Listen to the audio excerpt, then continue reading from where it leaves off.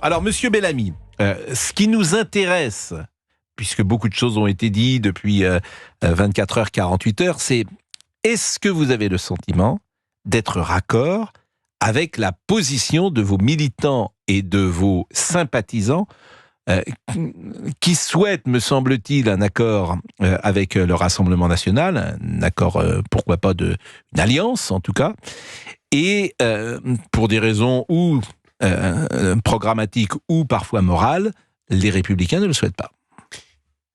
Moi, je suis certain de représenter la voix des électeurs qui, il y a quelques jours, ils étaient un peu moins de 2 millions, ont choisi de mettre un bulletin dans une urne avec mon nom. Ils ont choisi de faire confiance à une famille politique qui leur dit que pour s'opposer à Emmanuel Macron, il y a un chemin qui est celui d'une droite de gouvernement sérieuse, solide, qui veut se reconstruire pour faire entendre leur voix.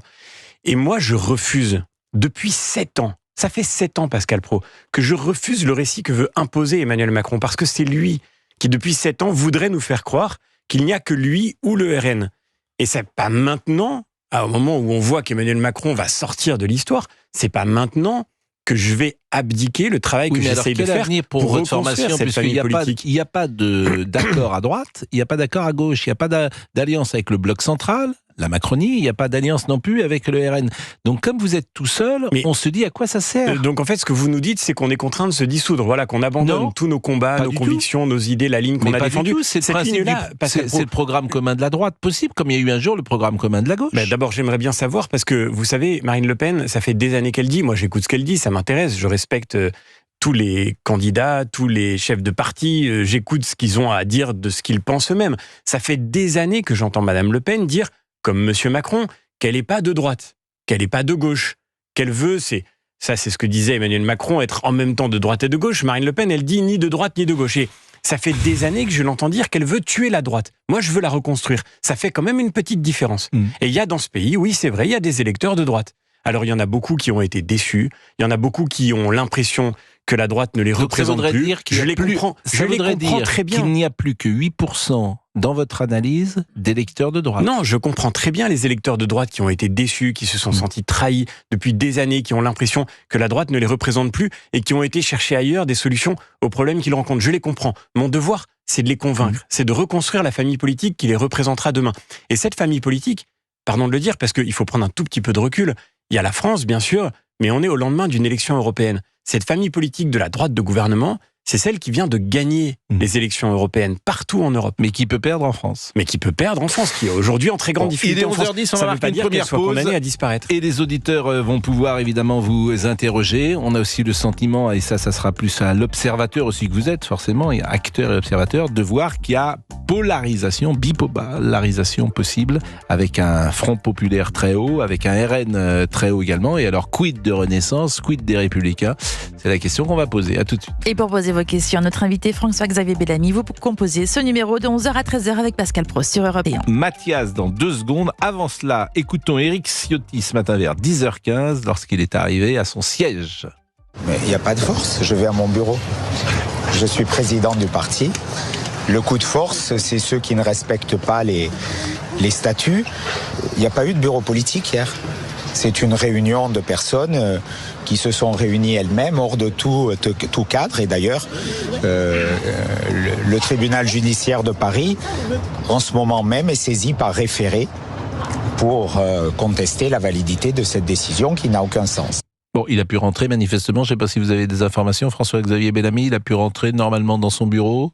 Oui, on va quand même pas rentrer dans un conflit. Voilà. D'accord. Moi, je regrette profondément ce qu'Éric Ciotti a fait, parce que je veux vous dire, la décision qu'il a prise, il l'a prise tout seul, sans en parler à personne. Sans en parler à personne. Et même, d'ailleurs, en nous disant le contraire des intentions qu'il avait. Donc, quand il parle de violation des statuts, ça me fait quand même sourire, parce que la vérité, c'est que quand vous êtes président d'un parti, c'est pour exprimer la voix collective. Et quand vous voulez prendre des décisions aussi importantes, vous commencez par consulter les gens. Il y a pas une organisation dans laquelle un chef fait quelque chose comme ça sans en avoir d'abord parlé à ceux qui sont supposés être ses principaux soutiens. Je vais vous poser la question que j'ai posée tout à l'heure à Gérald Darmanin, à laquelle il a répondu d'ailleurs en disant très clairement, moi je ne voterai ni pour l'un ni pour l'autre. Gérard Larcher a été interrogé également hier soir avec cette question. Si dans une circonscription, c'est un cas évidemment théorique, au deuxième tour, le 7 juillet, il y a un candidat de la France Insoumise, en l'occurrence un candidat du Front Populaire, face à un candidat du Rassemblement National. Pour qui votez-vous ? Ah mais moi j'ai aucun problème, je fais barrage évidemment à la France Insoumise. Et cette alliance de la gauche aujourd'hui, elle est Gérard le Larcher scandale n'a pas dit ça qui hier. menace la France. On en discutera évidemment. Gérard le jour Larcher venu. a dit je vais à la pêche. Pour l'instant, Pascal, le vrai sujet, c'est de soutenir nos candidats au premier tour. Et ils sont, je n'ai pas peur de le dire, à tous les électeurs qui nous écoutent, le meilleur rempart contre la France Insoumise. Pourquoi ? Parce qu'aujourd'hui, on a dans beaucoup de circonscriptions en France la possibilité de gagner face à des candidats macronistes pour sortir la France de cette majorité qui aujourd'hui est en train de la mettre dans le mur, et face à l'extrême gauche. Et des candidats, je crois qu'on est plus fort au premier tour quand on est capable de faire valoir notre ligne avec clarté, avec constance, avec fidélité. Aujourd'hui, notre défi, c'est de réussir à faire en sorte d'éviter que la France ne tombe dans les mains de cette alliance d'extrême gauche. Mais Quand j'entends que le nouveau parti anticapitaliste, qui s'est réjoui du 7 octobre, qui a publié un communiqué de félicitations à l'égard de la résistance, c'est-à-dire du Hamas, est aujourd'hui membre de cette alliance infâme entre les gauches.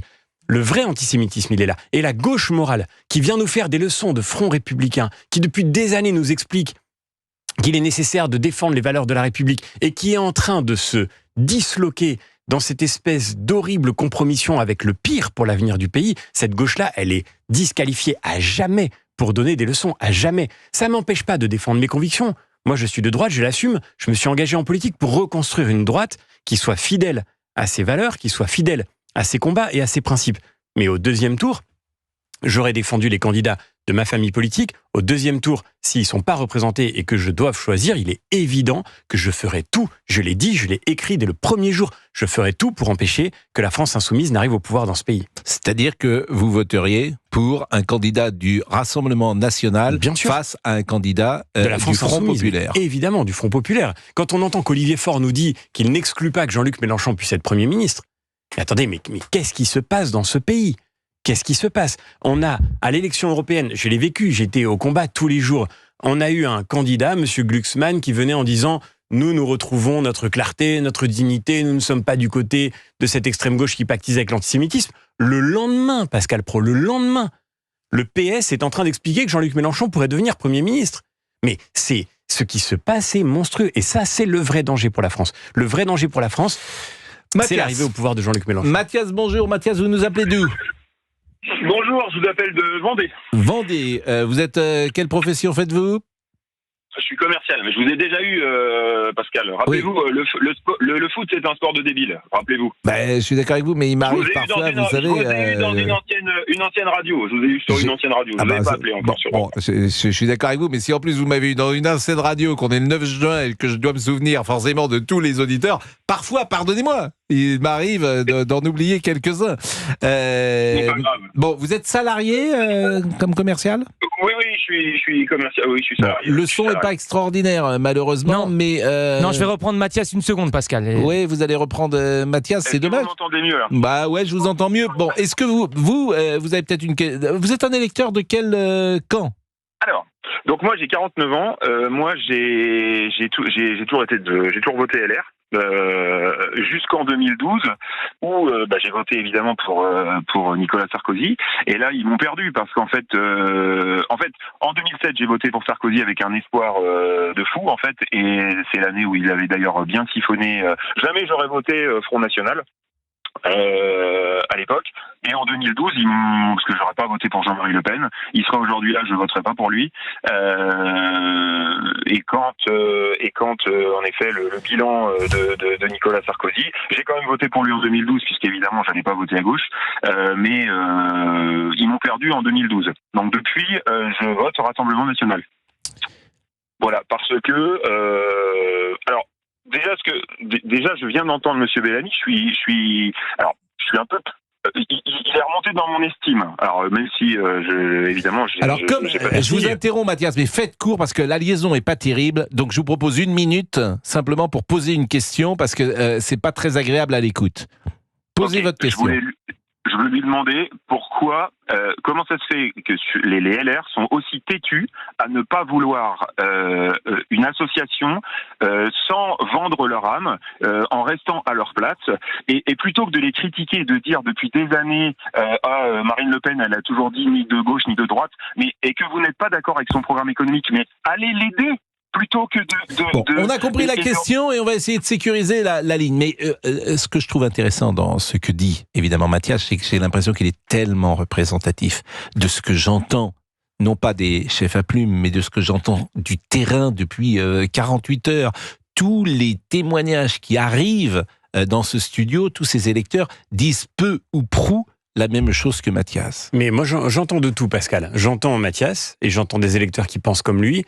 Mathias, ça fait longtemps qu'il vote pour le Rassemblement national parce qu'il a été déçu par la droite quand elle était au pouvoir.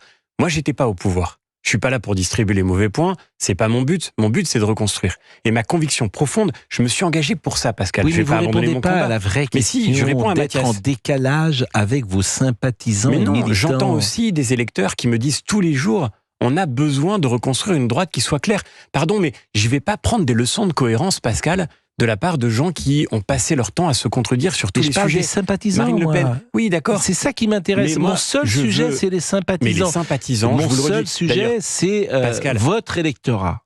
Le reste, après, chacun pense ce qu'il média veut. que vous connaissez bien, CNews a fait faire un sondage pour savoir ce que les sympathisants ça serait 50%. pensaient. Non, les électeurs qui ont voté pour moi, pour ma liste, il y a quelques jours, ils sont moins de 30% à vouloir de cette alliance. Ils sont 70% à vouloir qu'on reste clair. Donc, j'entends des gens qui pensent, dans ce chaos qu'on est en train de vivre, j'entends des gens qui pensent un peu tout et son contraire. Et je comprends que les gens soient perdus. Et honnêtement, j'espère qu'on va sortir très vite de cette confusion, parce que je comprendrai surtout les Français d'être écœurés. Moi, j'ai passé ma campagne des élections européennes à dire, je suis là pour reconstruire la droite. Je suis là pour reconstruire cette famille politique qui est en train de gagner partout en Europe. C'est pas comme si elle avait disparu du spectre politique dans toutes les grandes démocraties. C'est elle qui gagne. Mais elle est unie. Madame Le Pen en Europe, unie. ça représente rien du tout. Mais pardonnez-moi, ce que vous dites est très intéressant. Giorgia Meloni, elle a fait l'union des droites. Elle a fait l'union des droites. Cette stratégie, elle est payante en Italie. Mais regardez en Italie, comment ça se passe, pour que tout le monde comprenne bien. Oui. En Elle s'est Italie, adaptée. c'est une coalition. Ça veut dire qu'après les élections législatives, vous avez des partis qui, pas aux constatant européennes. après les élections, aux européennes, moi, mes collègues de Forza Italia, qui sont en coalition avec Giorgia Meloni, ils ont été aux élections sous leur couleur. Parce que c'est ça la condition de la clarté. Ils n'ont pas fait un accord électoral qui plus est sorti de derrière les fagots, sans qu'on sache quel est le programme, quel est le projet. Il y a une union des droites en Italie, non, vous dites comme vous après voulez. les élections, il y a une coalition qui se construit. Et moi, je vais vous dire, Pascal, j'ai pas de tabou. Au Parlement européen, tous les jours, je travaille avec des députés du groupe de Mme Meloni. C'est-à-dire que vous pourriez, tous les jours. alors, si, par exemple, que les choses soient claires, si demain, le Rassemblement national gagne les élections législatives et vient vers vous et vous dit, Monsieur Bellamy, on vous souhaiterait que vous soyez ministre de l'Éducation nationale. Non, mais moi, je suis pas candidat à des postes ministériels. Et si j'avais choisi le confort...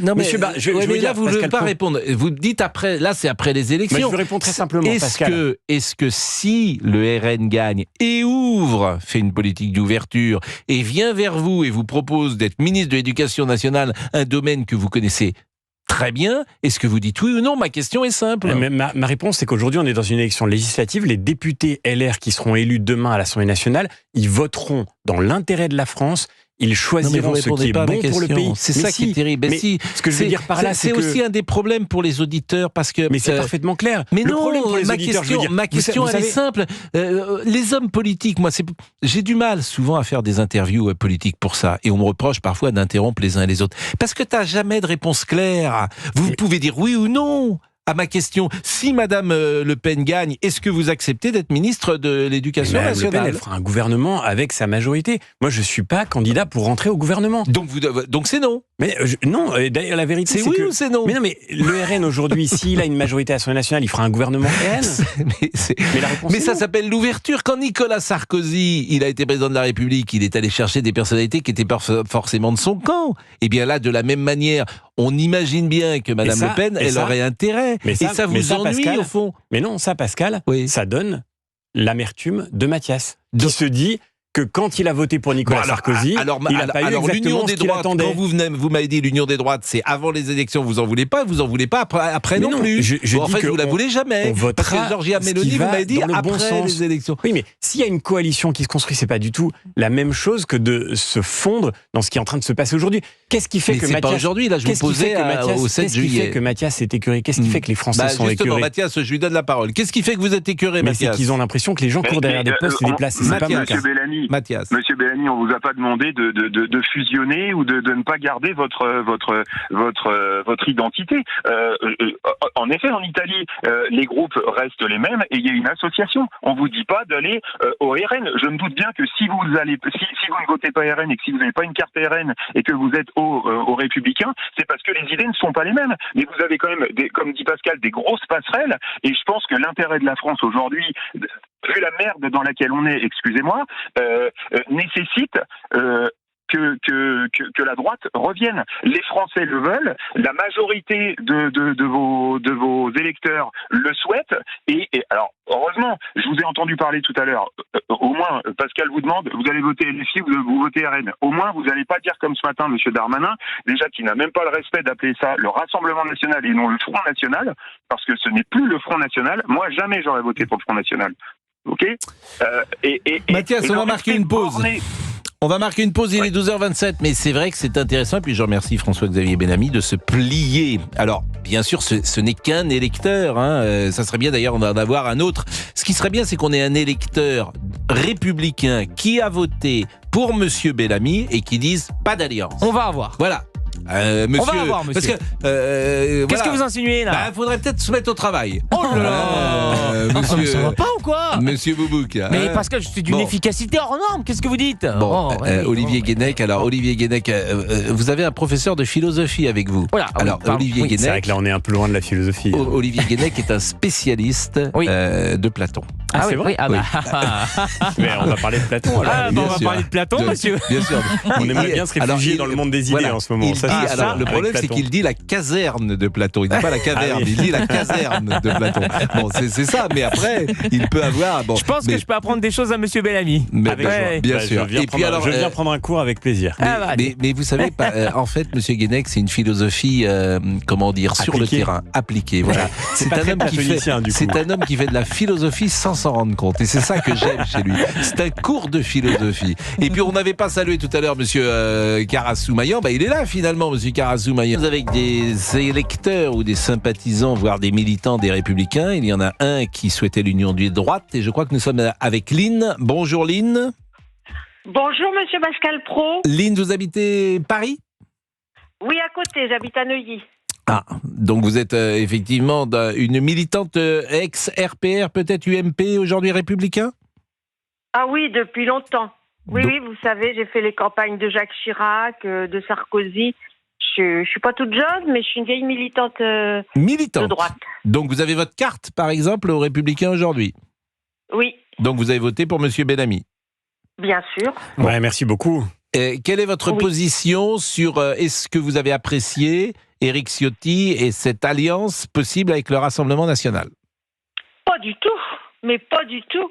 Ça démontre et regardez déjà dans les commentaires sur les journaux sur Nice Matin, on sait très bien que d'ailleurs c'est un opportuniste et que ce qu'il a fait est complètement... Nous avons suivi, vous savez, monsieur Pro, d'ailleurs c'est ce que je poserai comme question à François-Xavier Bellamy.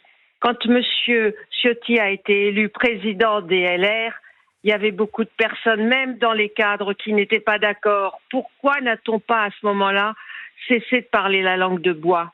Il y avait beaucoup qui ne voulaient pas que Ciotti soit à la tête des LR. On sait très bien que c'est un opportuniste. Monsieur Bellamy... il a été élu, par exemple. Vous, aux primaires, vous aviez voté pour Xavier Bertrand, peut-être ? Aux primaires, ah oui, mais j'ai jamais voté pour monsieur Pas aux primaires, d'ailleurs. Est-ce que vous avez voté pour l'élection du parti ? À l'élection du président du parti. Je n'ai pas voté pour Éric Ciotti, je me suis abstenue. Ah bon ? Voilà. Pourquoi vous êtes abstenu ? Il n'y avait personne qui correspondait à vos vœux ? Ah si, j'ai dû voter pour quelqu'un qui correspondait à mes vœux, excusez-moi. Mais j'ai pas voté pour Ciotti. Et c'était qui ? Ce que je voudrais... Non mais c'est logique parce qu'effectivement, il y a plusieurs tendances au LR.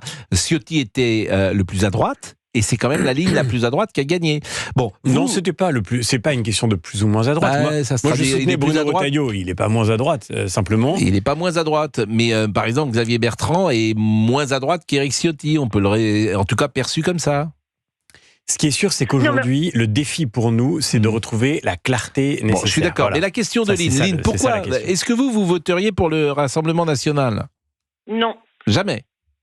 non. Donc c'est-à-dire qu'entre dans un deuxième tour, alors à Neuilly, il y a peu de chances peut-être que ça se passe, mais entre un candidat du Rassemblement National et un candidat Front Populaire, vous vous abstenez. Oui. Pourquoi? Pour l'instant, c'est dans ma tête. Oui, parce que si vous voulez, c'est dans mon éthique, la République, je suis de droite et je considère qu'on ne peut pas faire d'alliance avec le RN, notamment sur le plan économique. Vous n'allez pas me dire que Ciotti, qui a toujours défendu la retraite à 65 ans et même plus, va accepter de faire une retraite à 60 ans comme le veut le RN. Voilà, donc je comprends pas. Je vais vous dire, Monsieur Pro, vous savez, aujourd'hui, il y a des réseaux sociaux, mais là, Éric Ciotti, il est encore avec ses vieux démons. Vous savez, du temps, c'était le copinage avant, et on faisait passer. Bon, au-delà les d'Éric copains Ciotti, moi, avant ce qui et pas m'intéressait, les compétences. c'est le fond. Est-ce que vous avez une question à poser à Monsieur Bellamy, Lynn? Alors, Monsieur Bellamy, je voudrais vous poser une question. C'est au sujet des européennes. Je ne comprends pas, sur la liste des européennes, pourquoi vous avez laissé faire. Est-ce que vous ne pouviez pas, ou est-ce que vous étiez encore sous influence et vous dire je peux pas? Est-ce qu'il y avait du Sarkozy comme influence? Pourquoi vous avez laissé mettre Laurent Castillo en 5e place, qui est un ami de Monsieur Ciotti, médecin à Nice, et vous avez viré Geoffroy Didier? Ça, je ne comprends Bon, pas. là, on Vous rentre avez vraiment travaillé dans la avec lui. popole. Non, Je ne sais mais pas si ça passionne non, Monsieur Pro. tout le monde, Non, le Monsieur 5e Pro. de liste des Républicains. Mais je vous remercie néanmoins d'avoir posé la question, Lynn. Pourquoi vous avez fait ça? Bon, d'abord, c'est pas le choix du candidat, c'est le choix de la commission d'investiture qui a été fait. Voilà, en effet, on rentre dans la popole. Voilà. Mais en effet, c'était normal qu'il y ait une part aussi de renouvellement dans cette liste. Et Laurent Castillo, qui est médecin à Nice, il représente aussi le monde de la santé. Maintenant, il est député européen. On va travailler ensemble dans les années qui viendront. Moi, ce qui m'intéresse dans la question sur les européennes, c'est que aujourd'hui, je le redis, la famille politique à laquelle j'appartiens, elle traverse de grandes difficultés en France, mais en Europe, elle vient de gagner l'élection européenne. Et comme je l'avais promis aux Français pendant toute cette campagne, c'est nous qui allons pouvoir faire entendre leur voix demain au sein des institutions européennes, pour toutes les batailles qu'on a à mener aujourd'hui. Moi, je suis évidemment concentré pour aider à relever cette famille politique en France, mais je suis aussi au travail à Bruxelles. J'y étais hier, j'y retourne aujourd'hui. Tous les jours, je vais travailler pour défendre les Français dans les institutions européennes. Et ça se passe chez nous. Et donc, moi, je dis à tous les électeurs de droite, il n'y a aucune raison de déserter, il n'y a aucune raison d'abandonner vos convictions, il n'y a aucune raison de vous laisser expliquer qu'il faudrait vous dissoudre. On relèvera ce pays si on est capable de retrouver la clarté, la constance. Je me suis engagé pour ça. Non, mais je me suis engagé aussi j'entends pour bien, ça dans mais cette élection aujourd'hui, européenne. l'électeur de droite, et c'est la difficulté évidemment des Républicains, il entend ce que vous dites et peut-être partage-t-il beaucoup de choses. Mais il se dit il y a un danger. Le danger, c'est le Front Populaire. Et vous je pouvez suis totalement d'accord avec vous vous. pouvez être victime d'une sorte de vote utile où tout d'un coup les Républicains disparaissent. Mais en fait, on a plus de chances. C'est pour ça que j'en veux à ceux qui organisent aujourd'hui cette espèce d'accord improbable qui en fait n'en est pas un. Il y a plus de chances d'éviter le Front Populaire. Et même on a plus de chances de sortir de la majorité macroniste si justement on assume de défendre nos convictions au premier tour, partout, avec nos candidats. Si on assume d'avoir un maximum de force pour s'opposer au Front Populaire et pour sortir de la politique d'Emmanuel Macron. Et en réalité, ce qui est en train de se passer sert à la fin qui Emmanuel Macron et Jean-Luc Mélenchon. Les deux bénéficiaires Non mais c'est possible, de ce chaos c'est possible, sont mais Emmanuel on peut Macron vous retourner et Jean-Luc aussi Mélenchon. l'argument. Vous avez vu Emmanuel Macron qui faisait sa conférence de presse hier, le grand sourire avec lequel il a parlé de cette espèce d'accord. bien sûr. Parce qu'en brouillant toutes les cartes, Mais en fait, c'est son message qui gagne à la je suis fin. d'accord avec Et vous. son message, c'est quoi? Mais on C'est peut de vous dire retourner. soit le RN, soit moi. Ben, c'est pas vrai. On peut vous retourner l'argument, c'est que si vous aviez imaginé. Alors, je pense qu'Éric Ciotti aurait pu faire les choses d'une manière différente. Ah ben ça, je vous l'accorde quand même. Mais sur le fond, on peut vous retourner l'argument de dire que s'il y avait la possibilité d'une union des droites, avec évidemment un accord et une négociation sur des thèmes aussi importants, vous l'avez raison de le rappeler, que sur l'économie, sur les retraites, etc., trouver ce qu'on appelle une négociation. C'est le programme commun de la droite, comme il y a eu un programme commun de la gauche. On pourrait vous retourner cet argument que si ça existait, vous seriez plus fort aujourd'hui. C'est un argument qui est audible, je pense. Mais d'abord, je ne crois pas que ce soit en abdiquant ses convictions qu'on se renforce. La deuxième chose, c'est que, en l'occurrence, ce que vous décrivez n'a rien à voir avec ce qui est en train de se produire. Non, mais c'est pour ça que je vous pardon, dis... mais si je peux vous raconter et raconter aux auditeurs les coulisses de la discussion. Allez-y. Ça s'est passé que lundi, on a parlé de ces élections législatives entre nous, avec Éric Ciotti. On s'est dit, comment est-ce qu'on s'organise? Qu'est-ce qu'on fait? Et il a toujours été question qu'on présente nos candidats, qu'on y aille sous nos couleurs. C'est ce que disait Éric Ciotti. Et j'apprends maintenant qu'en fait, au moment où il nous disait ça, il était en train de négocier le contraire avec Madame Le Pen. Je vais vous dire une chose très simple. Moi, je crois qu'en politique, il y a quelque chose qui compte et qui s'appelle l'honneur, qui s'appelle la droiture, qui s'appelle la clarté. Et que rien de bon ne peut se faire sur le principe même de la trahison quand elle est intéressée. Parce que vous me demandiez tout à l'heure comment ça se passe pour aller au gouvernement. Je ne crois pas que ce soit ce qui intéresse les Français. Ce qui intéresse les Français, c'est comment ils vont pouvoir affronter la fin du mois, comment ils vont pouvoir éviter l'insécurité, comment on va pouvoir reconstruire nos frontières, comment on va pouvoir faire baisser les factures d'électricité. Et à la fin, ils ont l'impression que les politiques, la seule chose qui compte pour eux, c'est de trouver leur place, leur poste, de trouver l'occasion la plus facile de rentrer dans un ministère. Moi, c'est pas mon cas. C'est pas comme ça que je vois la politique. Et si je me suis engagé, c'est pour faire exactement le contraire. Qu'est-ce que nous faisons à 11h43 d'ailleurs? Je sais pas, mes lunettes, le 3 et le 9. C'est flou un peu. C'est comme le Z et le U, tu sais, on a du mal à voir son lunette. Nous continuons avec François-Xavier Bellamy. Monsieur Bellamy a gagné un 4e quart d'heure. Eh oui, c'est cadeau. C'est formidable. Non, mais on est comme ça incroyable. Ici. Ah oui, non, mais vous savez, peu de gens. On parle de Platon pendant le dernier quart d'heure. Ah, avec grand plaisir. Peu de gens, oui, moi j'ai une théorie, Pascal. Je pense que François-Xavier veut rester pour parler avec moi. Enfin, je pense. Non, mais moi, je regrette, je vais vous dire, je regrette qu'on ne parle pas assez littérature, philosophie, musique classique, etc. Parce que je suis convaincu que les gens, au fond, aimeraient ça. Mais venez aux soirées de la philo, Pascal, je vous invite. Tous les lundis soirs au théâtre Édouard VII, j'ai la grande joie de pouvoir présenter les soirées de la philo, de faire un cycle de conférences. Et lundi soir, la question c'est, faut-il trouver sa place? Voilà. Alors, c'est à Paris. Vous pouvez suivre en ligne d'ailleurs. Alors j'adore cette question parce que souvent, j'ai dit aux uns et aux autres, et notamment à mes enfants, l'important c'est d'être à sa place. Et chacun a l'intime conviction, ou doit l'avoir, quelle est sa place. Et c'est pas forcément facile. Et ça se trouve avec le temps. J'ai vu parfois, effectivement, des journalistes changer de place et vouloir être homme politique. Je ne suis pas sûr que ce soit forcément une bonne idée parce qu'ils peuvent être en décalage. C'est très important d'être à sa place. Vous avez raison. Donc c'est lundi. C'est lundi. Je suis d'accord. Voilà. Vous vous sentez à votre place, vous, Pascal? Je crois, oui. Oui, vraiment, parce que s'il y a des choses que tu fais où tu n'es pas fait pour ça. Exactement. Vous savez ce que dit Épictète? C'est une magnifique phrase d'Épictète. Il dit si tu joues un autre rôle que le tien, non seulement tu le joues mal, mais en plus tu manques celui que tu aurais pu remplir. Mais c'est génial. Ouais. C'est pas mal. C'est dans le manuel d'Épictète. Moi, ce que vous faites, je ne pourrais pas le faire. Je suis pas un homme politique. Rassembler des gens, gouverner des gens, gouverner un pays, ça demande des qualités particulières. Vouloir gouverner un pays. Après, la politique, c'est un peu différent parce que mais tout le monde être peut chef, ça demande des qualités. Voilà.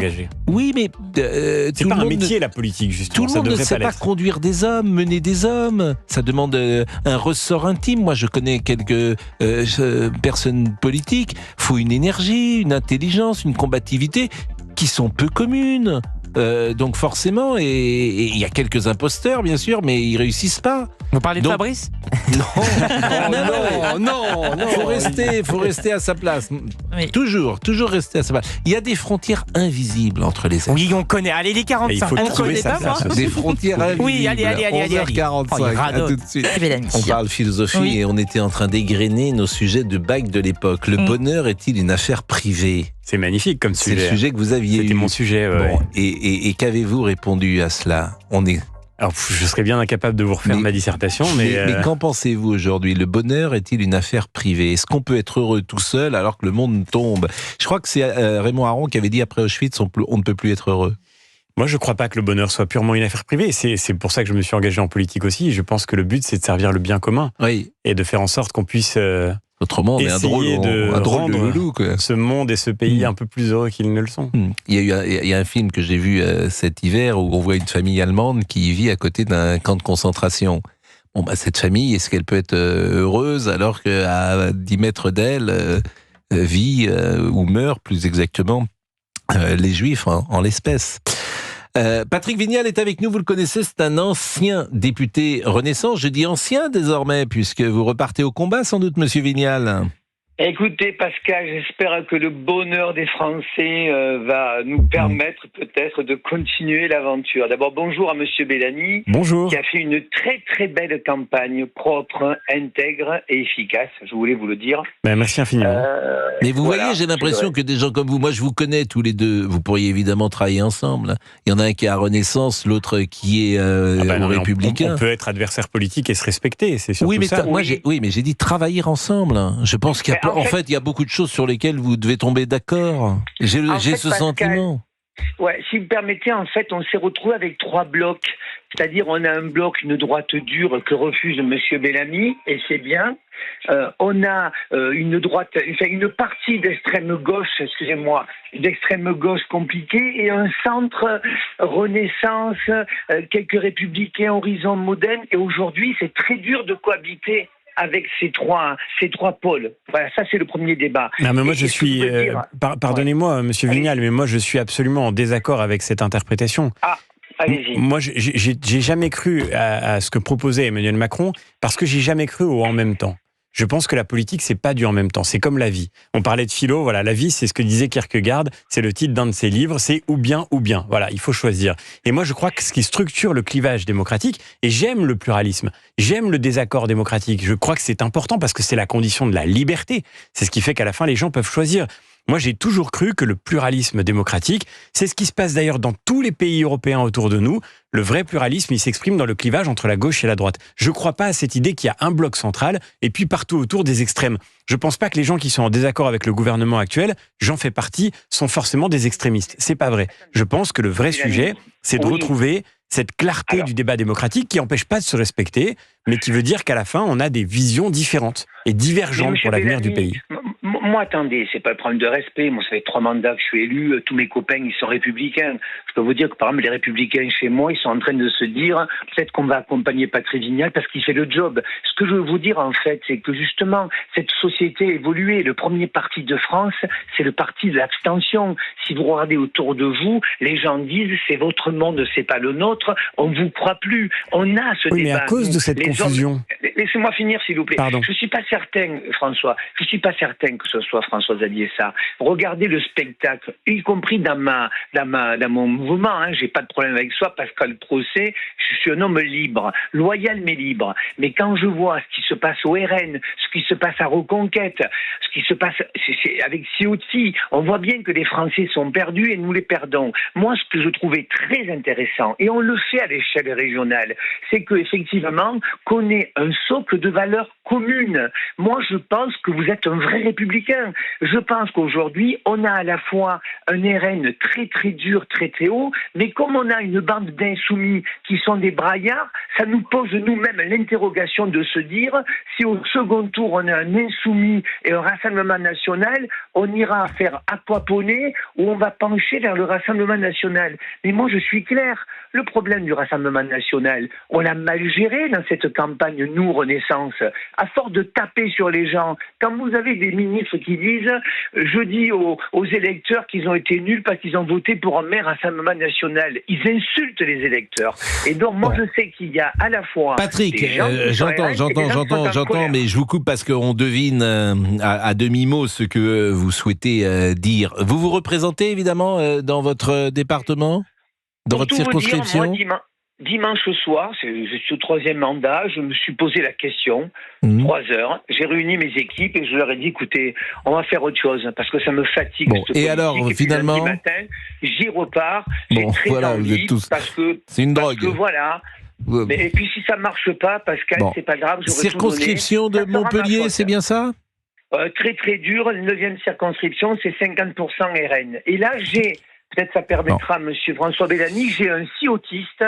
C'est un petit jeune qui s'appelle Allonche Pierre-Charles, qui est parisien et qui se parachute dans ma circonscription. Donc s'il est si autiste, ça veut dire quoi? C'est qu'il n'aura pas de Rassemblement national en face de lui.